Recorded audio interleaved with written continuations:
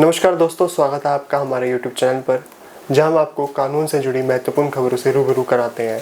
आज हम बात करेंगे महत्वपूर्ण मामलों पर, जिसमें सुप्रसिद्ध सामाजिक कार्यकर्ता मेधा पाटकर और दिल्ली के उपराज्यपाल वीके सक्सेना शामिल हैं। दरअसल ये मामला 2000 का है, जब मेधा पाटकर ने एक प्रेस विज्ञप्ति जारी की थी, जिसमें उन्होंने वीके सक्सेना पर कुछ आरोप लगाए थे। उस समय वीके सक्सेना गुजरात स्थित एक गैर कानूनी संगठन के अध्यक्ष थे। इन आरोपों के चलते सक्सेना ने मेधा पाटकर के खिलाफ मानहानि का मुकदमा दायर किया था।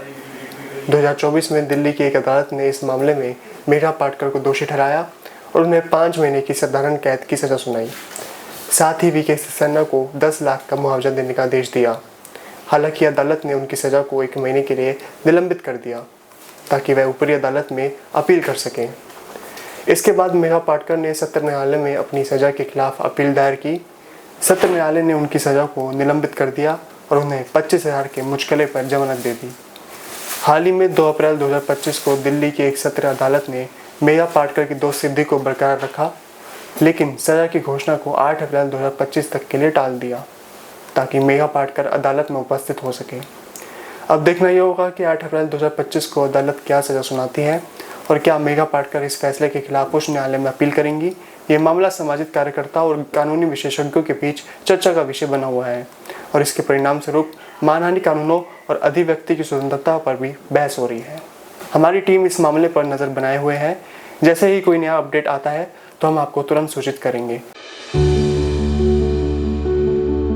अगली खबर है कोयला घोटाले से जुड़ी एक महत्वपूर्ण मामले की, जिसमें पूर्व कोयला सचिव SC गुप्ता और पूर्व संयुक्त सचिव KS क्रोफा को दिल्ली की एक अदालत ने आरोप मुक्त कर दिया। ये मामला झारखंड में मोदी नराय कोल ब्लॉक के आवंटन से संबंधित है। विशेष न्यायाधीश संजय बंसल ने 4 अप्रैल 2025 को अपने आदेश में कहा कि इन दोनों अधिकारियों के खिलाफ पर्याप्त सबूतों की कमी के कारण उन्हें आरोप मुक्त किया जाता है। हालांकि अदालत ने कोहिनूर स्टील प्राइवेट लिमिटेड, इसके निदेशक विजय बथोड़ा और कर्मचारी राकेश खरे के खिलाफ आपराधिक साजिश और धोखाधड़ी के आरोप तय करने का निर्देश दिया। अदालत ने पाया कि इन व्यक्तियों ने मिलकर इस कोल ब्लॉक के आवंटन में धोखाधड़ी की थी। ये निर्णय कोयला घोटाले से जुड़े मामले में एक महत्वपूर्ण मोड़ है, जिसमें सरकारी अधिकारियों और निजी कंपनियों के बीच मिलीभगत के आरोप लगे थे। इस फैसले से ये स्पष्ट होता है कि अदालतें सबूत के आधार पर निष्पक्ष निर्णय लेती हैं। अगली खबर की तरफ चलते हैं। आज हम चर्चा करेंगे भारत और नेपाल के सर्वोच्च न्यायालयों के बीच हुए एक महत्वपूर्ण समझौते की, जिसका उद्देश्य न्यायिक सहयोग को मजबूत करना है। हाल ही में भारत और नेपाल के सर्वोच्च न्यायालयों ने न्यायिक सहयोग को बढ़ावा देने के लिए एक समझौता ज्ञापन MOU पर साइन किया है। इस समझौते का मुख्य उद्देश्य दोनों देशों के न्यायालयों के बीच अनुभवों और सर्वोत्तम प्रथाओं का आदान प्रदान है, जिससे न्यायिक प्रक्रियाओं की गुणवत्ता और दक्षता में सुधार हो सके। ये समझौता न्यायिक प्रशिक्षण, अनुसंधान और सूचना के आदान प्रदान को भी प्रोत्साहित करेगा, जिससे दोनों देशों के न्यायाधीशों और न्यायिक अधिकारियों को एक दूसरे की न्यायिक प्रणालियों को बेहतर ढंग से समझने का अवसर मिलेगा। इससे न केवल द्विपक्षीय संबंध मजबूत होंगे, बल्कि न्यायिक सुधारों में भी सहयोग बढ़ेगा। इस समझौते के माध्यम से भारत और नेपाल के सर्वोच्च न्यायालय अपने अपने देशों में न्यायिक सुधारों को लागू करने के लिए एक दूसरे की सहायता करेंगे, जिससे न्यायिक प्रक्रियाओं की पारदर्शिता और प्रभावशीलता में वृद्धि होगी। अगली खबर है, इलाहाबाद उच्च न्यायालय ने एक वकील के खिलाफ कार्रवाई के आदेश दिए हैं, जिन्होंने सुनवाई स्थगित कराने के लिए अपने पिता की मृत्यु का झूठा दावा किया था। एक वकील जिन्होंने कोर्ट से एडजॉर्नमेंट लेने के लिए अपने पिता की झूठी मौत का बहाना बनाया। Yes, you heard that right. और अब इलाहाबाद हाई कोर्ट ने इस पर सख्त कार्रवाई के आदेश दिए हैं। चलिए जानते हैं कि पूरा मामला क्या था। यह केस इलाहाबाद हाई कोर्ट का है, जहाँ एक पेंडिंग मैटर की सुनवाई चल रही थी। उस केस में एक वकील की ओर से आवेदन किया गया कि उन्हें एडजॉर्नमेंट चाहिए, क्योंकि उनके पिता का निधन हो गया। अब सोचिए, अदालत को लगेगा कि ये जेन्युइन रीज़न है और वो सुनवाई को टाल देगा, लेकिन कोर्ट ने जब उनकी सुनवाई जाननी चाहिए तब बड़ा खुलासा हुआ। इन्वेस्टिगेशन में सामने आया कि वकील के पिता पूरी तरह से जीवित हैं और स्वस्थ भी है। यानी ये एक फैब्रिकेटेड एक्सक्यूज़ था, एक जानबूझकर की गई अटेम्प्ट भी थी कोर्ट की प्रोसीडिंग्स को मिसलीड करने के लिए। इलाहाबाद हाई कोर्ट ने इस व्यवहार को बेहद गंभीरता से लिया। जस्टिस अजय बिहारी सप्रू ने कहा कि ऐसा आचरण न सिर्फ अनैतिक है बल्कि न्याय प्रक्रिया की पवित्रता के खिलाफ है।